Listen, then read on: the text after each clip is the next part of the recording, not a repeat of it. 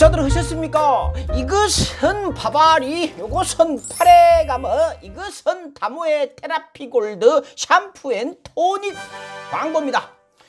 예전에 그 식약처에서요, 우리나라 탈모 샴푸 821개를 갖다가 전부 다 임상 실험을 했었습니다. 그 중에서요, 기준을 통과한 제품이 몇 개일까요? 4개입니다.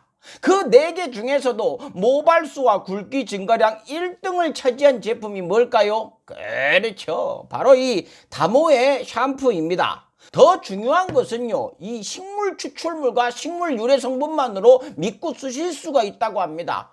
이것을 써보면요, 귤 향이 아주 그냥 은은하니 후리시하게 나는데요, 그래서 귤 향을 집어넣는가 보다 했더만은 진짜로 귤을 짜가지고 넣어버렸습니다. 귤 껍질에서 추출한 헤스페리딘 뭐 그런 것이 산화작용을 막는다고 하는데 뭐 어쨌든 좋은 것이니까 1등을 했겠죠. 강성범TV 광고 기념으로요, 파격 할인 이벤트를 합니다. 이 샴푸 2개 세트 또는 이 샴푸 앤 토닉 세트가 원래는 38,400원인데 우수리 띄워볼고 3만원, 거기다가 보너스로 뭐 좀 챙겨줘 보시죠 했더만은 이 휴대용 샴푸, 일회용 샴푸를 7개씩 14개 2꽉을 선물로 드리도록 합니다. 검색창에 다모에 치시고요, 들어가셔갖고 강성범TV 이벤트 클릭을 하시던가 댓글창 메뉴에 링크를 또 클릭하시면 쉽겠습니다. 다모의 테라피 골드 샴푸 앤 토닉 광고 끝 럭셔리 칼럼 시작하겠습니다. 윤석열 끝난다는 녹취록 보도를 막아낸 YTN 11명을 칼럼합니다. 대장동 핵심 인물인 김만배 씨가 녹취록에서 이런 이야기를 했다죠. 윤석열이는 내가 가지고 있는 카드면 죽어. 엄청난 내용이죠. 항상 그렇듯이요, 윤석열 후보 쪽에 불리한 것들은 꼼꼼 숨겨두는 검찰의 감시를 뚫고 굉장히 충격적인 자료가 나온 것이죠. 이것을 변상욱 대기자가 진행을 하는 YTN 뉴스가 있는 저녁에서 보도를 하려고 했습니다. 그런데요, 막혀버렸죠. 예고까지 다 나갔는데 누군가 막았겠죠. 그건 아직 밝혀지질 않았고, 이재명 후보 쪽에서 만약에 이런 충격적인 내용이 나왔으면 뭔 뉴스들이 그냥 콸콸콸콸콸 쏟아져 나왔을 텐데 윤석열 후보가 곤란한 내용이라서 막혔죠. 예, 뭐 그럴 수 있습니다. 항상 그래 왔으니까요. 윤석열 후보는 뭐 부잣집 귀한 아들이니까요. 이 나라의 기득권들이 사활을 걸고 키우고 감싸주고 있는 보석 같은 존재니까요.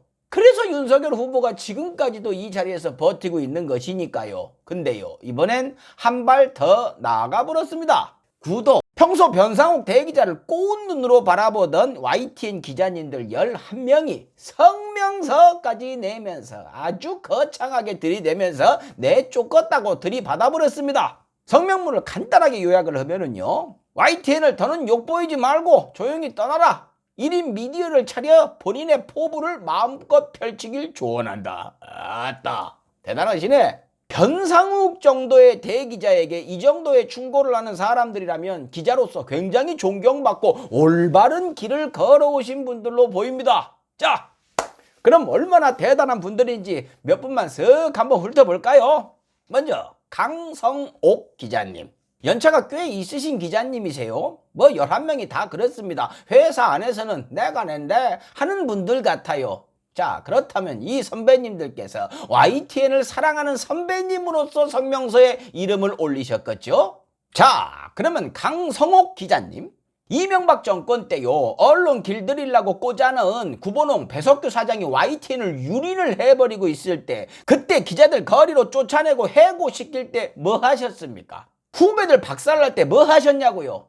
보니까 강성옥의 출발 새아침 하고 계셨네요. 게다가 간부진이셨어요. 왔다, 잘 나가셨네요. 동료들은 쫓겨나는데 출발 새아침 이거 하고 계셨습니까?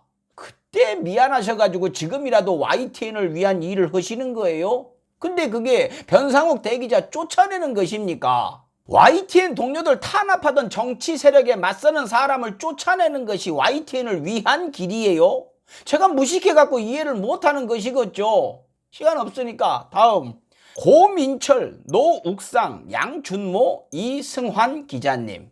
역시 간부급들이시고 촬영 기자님들이세요. 현장에서는요, 이 촬영 기자님들이 굉장히 힘이 세죠. 힘 엄청 셉니다. 그 현장에서는 PD 역할도 다 하고 하십니다. 기자들이요, 조국 전 장관 집 몰려가가지고 중국집 배달 아저씨 붙잡고 히히덕거리면서 메뉴 물어본 거, 그 물어보라고 시킨 것도 촬영 기자님이었답니다. 근데 고민철, 노욱상, 양준모, 이승환 기자님, 이번에 김건희 씨 녹취록 공개한 이명수 기자님도 촬영 기자이신데요. 국민의 사람들은 그 기자 취급을 안 하던데요. 촬영 기사라고 폄하를 하던데요. 어떻게 생각하십니까? 그런 국민의힘이 정권을 잡기를 바라시는 것 같은데 본인들은 무시를 당해도 괜찮으시겠어요? 하긴 뭐 본인의 영달을 위한 것이 아니고 YTN을 위한 일을 하시는 것이겠죠.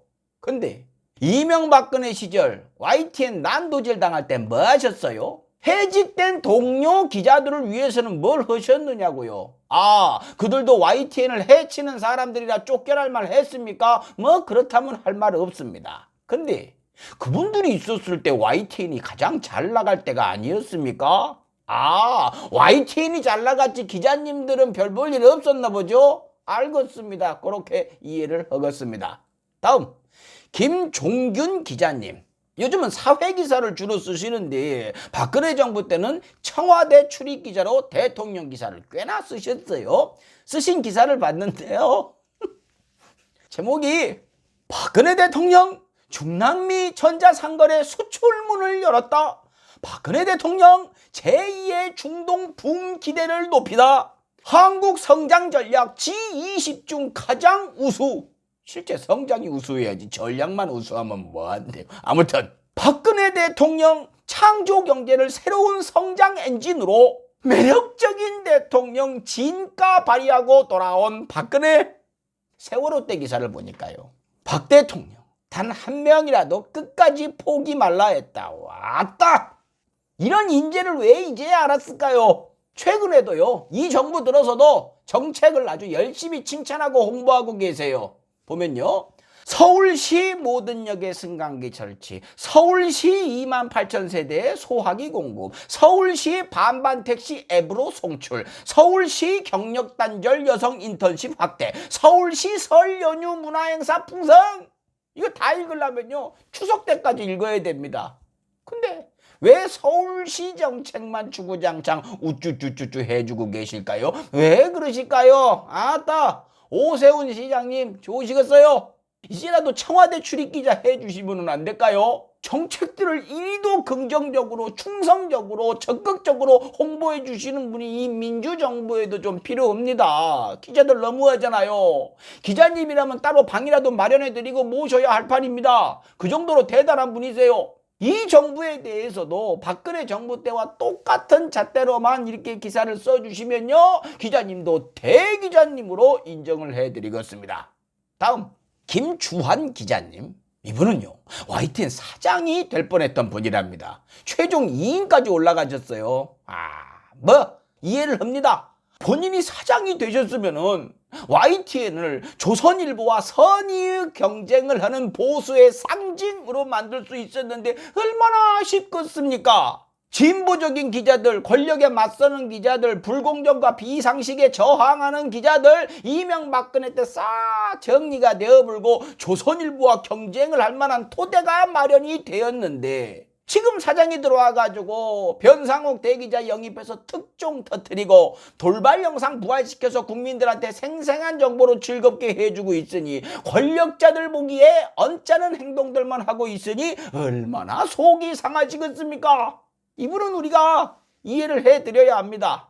나머지 몇 분 기자님들도 기사를 쭉 살펴보면요, 이명박근혜 시절엔 정부가 잘하길 잘 되는 마음이 막 진심이 느껴질 정도로 기사를 쏟아내셨어요. 근데 이상하게 이번 민주정권 들어서는요, 매섭게 때리는 기사들만 주로 보입니다. 이러던 와중에 변상욱 대기자를 쫓아내려는 성명서를 발표한 것이지요. 나가라는 명분이요, 이재명 후보를 두둔하는 듯한 발언을 했다는 것입니다.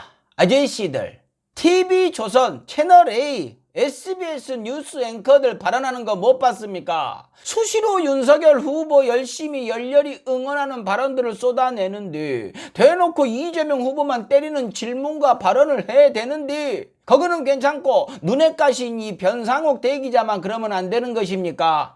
문제가 된 변상욱 앵커의 발언을 봐도요, 이재명 후보 지지율이 계속 올라가야 하는데 못 올라가고 떨어졌다는 것은 꺼내드는 카드들이 안 먹히고 있다는 뜻이다. 이게 뭐 얼마나 문제가 있다는 것입니까? 최소한 이재명 참 괜찮은데 지지율이 안 오르고 있다. 또는 지금은 이렇지만 분명히 오를 것으로 보인다. 지지층이 뭉쳐야 지지율이 올라간다. 뭐 이 정도 얘기는 해야 두들겨 팰 명분이 생기는 것 아닙니까?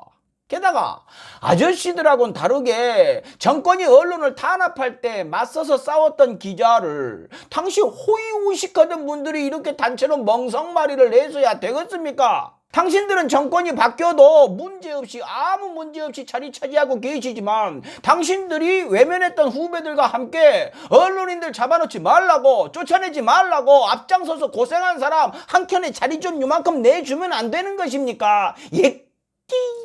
욕심쟁이더라. 좋아요. 또 하나 내쫓을 명분으로 내세운 것이 2019년 SNS 발언인데요. 이걸로 그때 뭐 엄청 두들겨 맞고 사과 정식으로 하고 방송도 쉬었다가 다시 돌아왔는데 이걸 또 갖다가 꺼낸 겁니다. 당시요, 광화문 태극기 집회에 나온 청년이 저는 조국 같은 아버지가 없어서 지금 여기에 이렇게 섰습니다 라고 이야기를 했는데, 거기에다가 반듯한 아버지 밑에서 자랐다면 숫골 마이크를 잡진 않았을 것이다 라고 글을 썼다가 흠씬 두들겨 맞으셨죠. 근데요, 저는 그 청년의 말이 맞다고 생각합니다. 조국 같은 아버지가 없었으니까 그 자리에 섰지, 있었으면 그런 자리에 서지도 못하죠. 조국같이 그 엄청난 권력인 검찰개혁하겠다고 앞장선 아버지가 있었다면요, 아버지는 물론이고 가족 모두가 멸문지화를 당해갖고 어디 돌아다닐 수가 없었겠죠. 요만한 티끌까지 다 털려갖고 만신창이가 되었겠죠. 트라우마로 사람들을 피하겠죠. 그런데 못 올라가겠죠.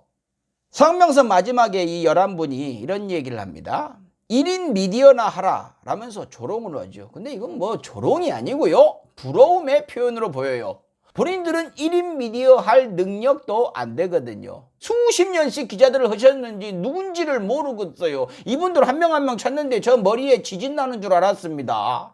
그러니 회사 안에서만 자기 자리 키워가지고 저리도 큰 목소리를 내시는 거죠. 그것도 11명이 이렇게 몰려다니면서요. 이건 어째 그 민주당 수박들하고 비슷한 느낌이 납니다. 이 11명의 기자님, 아니죠, YTN 터줏대감들께서요 3년 전에 일까지 들춰내면서 변상욱 앵커를 공격을 한 것은요 더 큰 대의가 있었죠.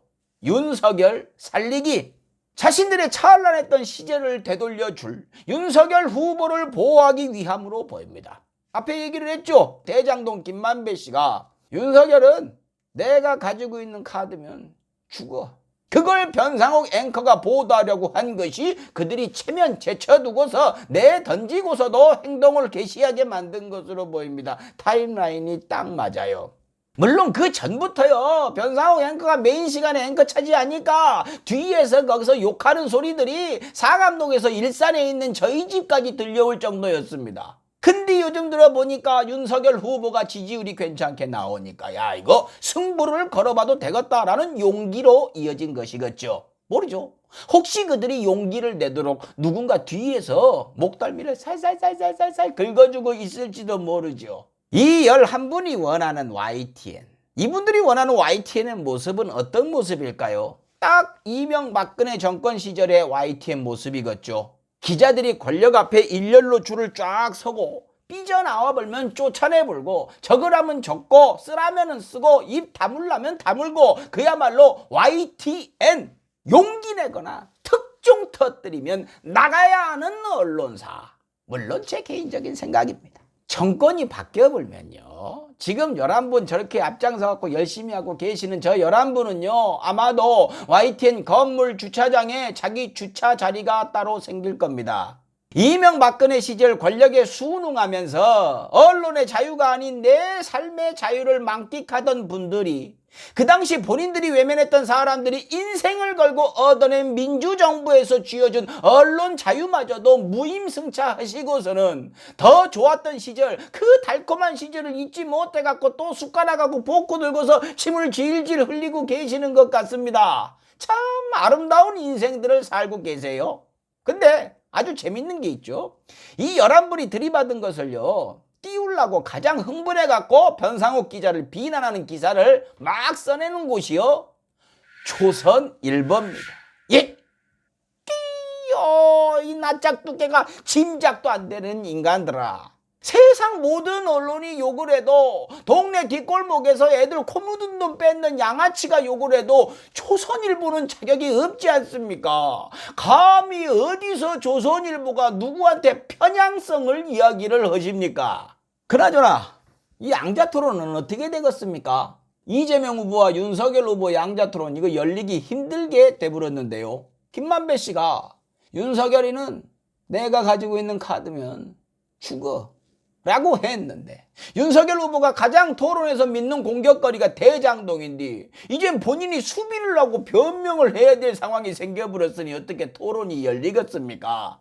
대장동 몸통이 이재명 후보라고 그렇게들 떠들더만 나온 게 하나도 없는데 떠들더만 결국 윤석열 후보가 대장동에서 등장을 했네요. 하긴 부산저축은행 수사가 괜히 덮어지고 윤석열 후보 아버지 집을 김만배 씨 누나가 우연히 샀겠습니까? 이번 대선 정말로 재미지네요. 마치겠습니다. 칼럼이 칼럼다워야 칼럼이지. 식사하십시오.